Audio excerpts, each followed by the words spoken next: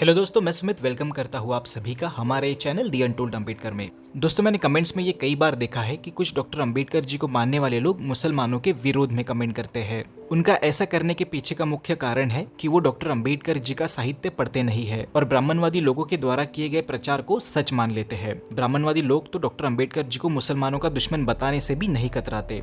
ऐसा करने से डॉक्टर अंबेडकर जी को मानने वाले लोग और मुसलमानों के बीच नफरत बढ़ जाती है, जो बिल्कुल भी सही नहीं है।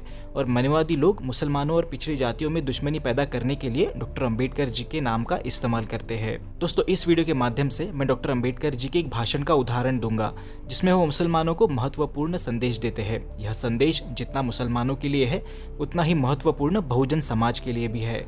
अगर आप भी उस संदेश को जानना चाहते हैं तो इस वीडियो को अंत तक जरूर देखिएगा। दोस्तों, ये बात है 25 दिसंबर 1939 की।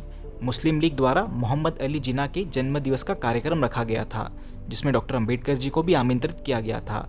उस कार्यक्रम में डॉक्टर अंबेडकर जी को भी अपनी बात रखने का मौका दिया गया था। उस भाषण का महत्वपूर्ण अंश मैं अब आप लोगों को बताने जा रहा हूँ। डॉक्टर अंबेडकर मुसलमानों को संबोधित करते हुए कहते हैं, कुछ मुसलमान लोग मानते हैं कि भारत हमारा देश नहीं है, बल्कि अफगानिस्तान, अरबस्तान, तुर्की आदि हमारे देश है।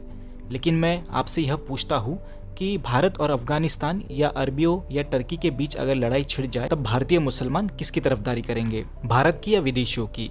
भारत की आज़ादी की जिम्मेदारी हम सब पर है, यह बात हमें नहीं भूलनी चाहिए।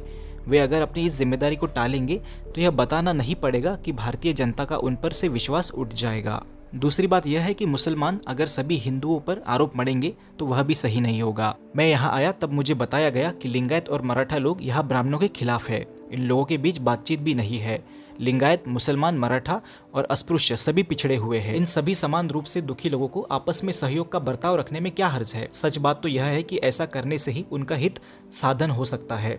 यह मानने के अलावा कोई और चारा नहीं है। 1937 से पहले मुंबई सरकार के दीवान क्या लिंगायत, मराठा और मुसलमान जाति के ही नहीं थे? वे आपस में लड़ते नहीं थे, मिलजुल कर काम किया करते थे। सो मैं समझ नहीं पा रहा हूँ कि आप लोग मिलजुल कर काम क्यों नहीं करते। अपनी जाति के हित के लिए भले ही हर जाति विभिन्न संस्थाएं चलाए, लेकिन जब तक वे राजनीति के क्षेत्र में एक साथ मिलकर काम नहीं करते, तब तक उनका कल्याण संभव नहीं है। यह बात पक्की है। मेंढकी चाहे जितनी फुले, बैल नहीं हो सकती। यह बात जाति की संस्थाओं के बारे में भी सच है। प्रांत असेंबली में मुसलमानों के 30 प्रतिनिधि है। मुसलमान समाज ने अगर बाकी समाज के साथ मिलजुल कर नहीं रहना तय किया तो उनके कुल 30 प्रतिनिधियों की संख्या वे 31 भी नहीं कर पाएंगे। 30 मुसलमान प्रतिनिधि चाहे जितने अपने आप को मुसलमान कहलाकर हल्ला मचाए, अगर मुसलमान अन्य पिछड़ी जातियों से दूरी बनाकर रहे, तब भी उन जातियों का कोई नुकसान होने वाला नहीं है। इसलिए मुसलमान समाज को अन्य छोटे गुटों को सहयोग देना चाहिए। यह उनके प्रति मेरा आग्रह है। इस तरह के बर्ताव में ही उनका हित है। तो दोस्तों, इस भाषण में डॉक्टर अंबेडकर जी मुसलमानों को एक महत्वपूर्ण इशारा देते हैं कि अगर वो पिछड़ी जातियों के साथ मिलकर आंदोलन ना चलाए तो ऐसा करने से उनका ही नुकसान होगा। तो डॉक्टर अंबेडकर ये चाहते थे कि मुसलमान और पिछड़ी जातियाँ मिलकर ब्राह्मणवादियों से अपनी आज़ादी की लड़ाई लड़े।